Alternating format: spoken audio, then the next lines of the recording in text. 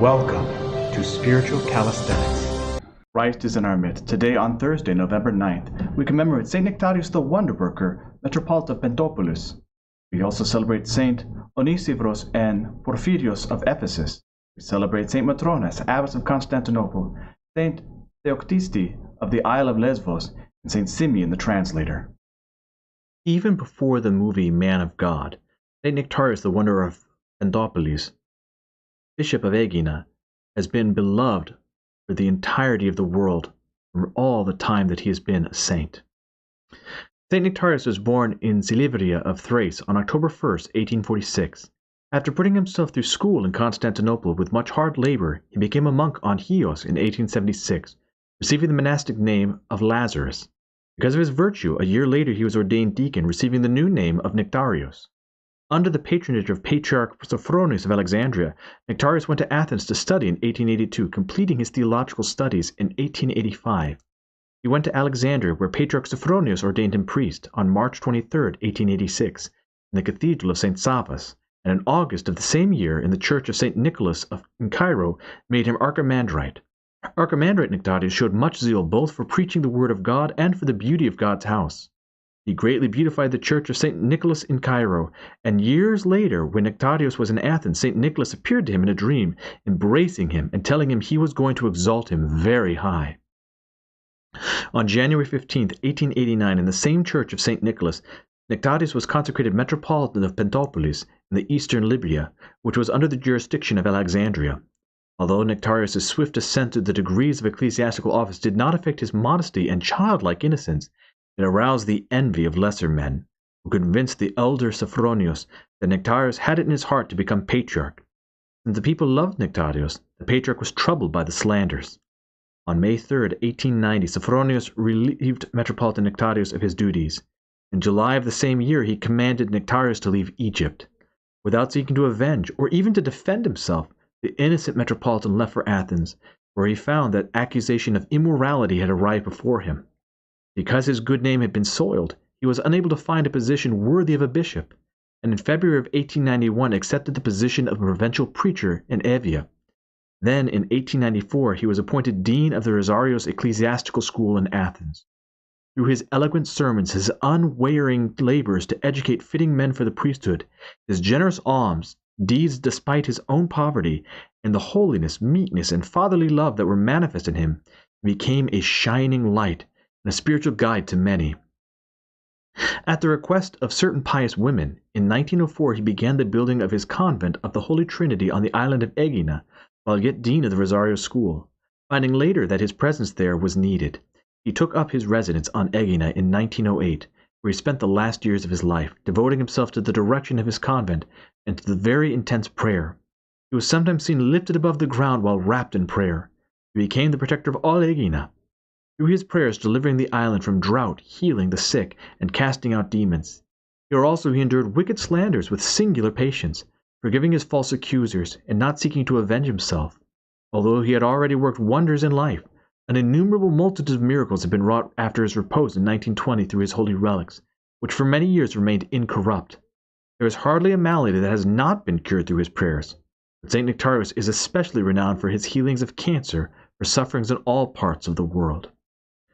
O faithful, let us honor Nectarius, divine servant of Christ, offspring of Silivria, and guardian of Aegina, who in these latter years was manifest as the true friend of virtue. All manner of healing wells forth for those who in piety cry out, Glory to Christ who glorified you, glory to him who through you wrought wonders, glory to him who through you works healing for all.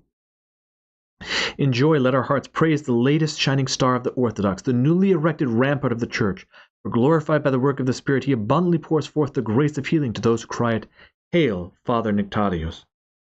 Many saints throughout the Orthodox world are renowned in their particular areas, so it would have been natural for St. Nectarius to be well known in Athens and Aegina, but St. Nectarius is known all over the world, all the way in Japan, all the way in Jerusalem. I have seen icons depicting this great saint. May St. Nectarius, the wonder worker of Aegina, watch over all of us. Regarding Saints Onesiphorus and Porphyrios of Ephesus, during the persecution of Diocletian and Maximian, about the year 290, Saints Onesiphoros and Porphyrios were betrayed as Christians to the persecutors. After many torments, through which they stood fast in confessing their faith, they were bound by the feet to wild horses and dragged to death. Your martyrs, O Lord, in their courageous contest for you, received as the prize the crowns of incorruption and life from you, our immortal God. For since they possessed your strength, they cast down the tyrants and wholly destroyed the demon's strengthless presumption. O Christ God, by their prayers, save our souls, since you are merciful. The martyric pair contested with great steadfastness and dashed to the earth the boasting of the enemy, and were made to shine with the grace of the uncreated Trinity. And now with the angelic host, the glorious martyrs pray to God for us. Regarding St. Matrona, the abbess of Constantinople. St. Matrona was from Perga in Pamphylia, and lived in the 5th century. She was wedded to a husband and bore him a daughter. After her husband's death, she entrusted her daughter to a certain woman she knew, and then passed her life in asceticism in Constantinople, living almost 100 years. While dwelling midst men, with fasting you did waste thy flesh, and thou didst devote thyself unto unceasing prayers. Thus, Matrona, thou didst piously serve the Master, in whose behalf thou forsookest all things, O saint, and broughtest thy life to its end righteously. From the Matins Gospel. The Lord said, Watch, for you do not know on what day your Lord is coming. But know this, the householder had known in what part of the night the thief was coming. He would have known, if he had known what time the part of the night the thief was coming, he would have watched, and would not have let his house be broken into. Therefore you also must be ready, for the Son of Man is coming at an hour you do not expect. Who then is the faithful and wise servant, who his master has set over his household, to give them their food at the proper time? Blessed is that servant whom his master, when he comes, will find so doing. Truly I say to you, he will set him over all his possessions.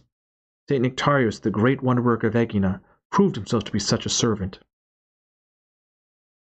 From St. Paul's letter to the Ephesians.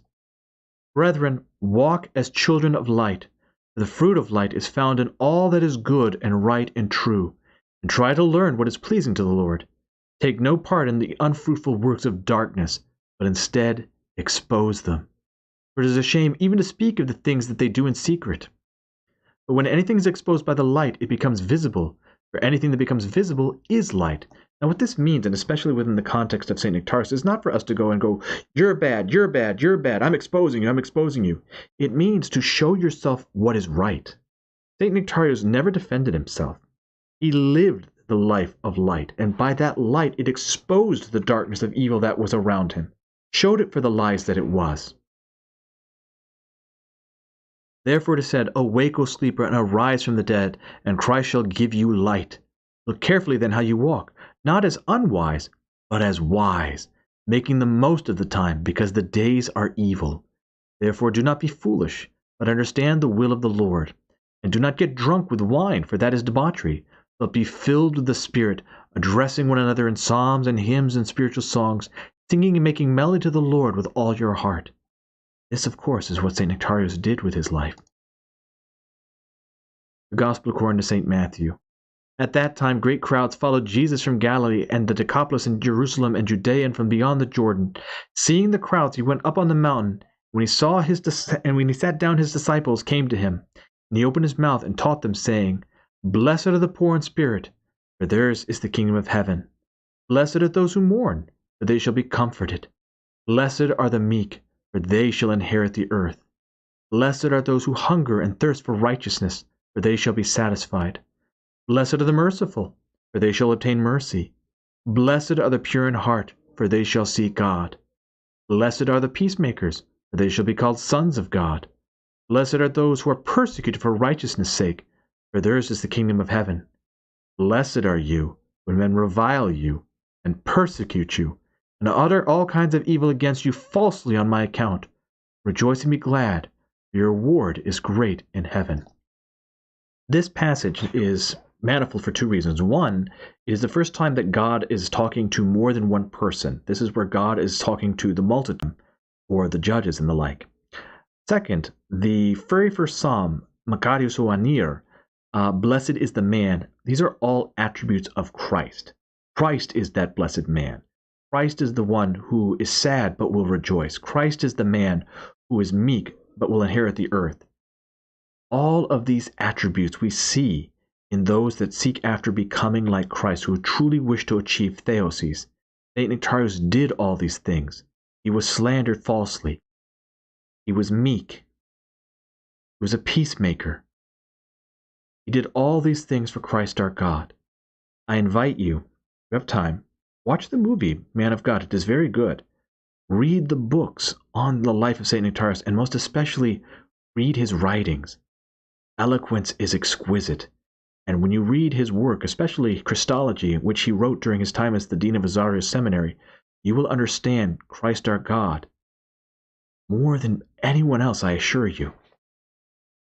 For those who celebrate today, all the Nectariuses and Nectarias Chroniopola. I hope that you've enjoyed today's Spiritual Calisthenics. Have a blessed and wonderful day.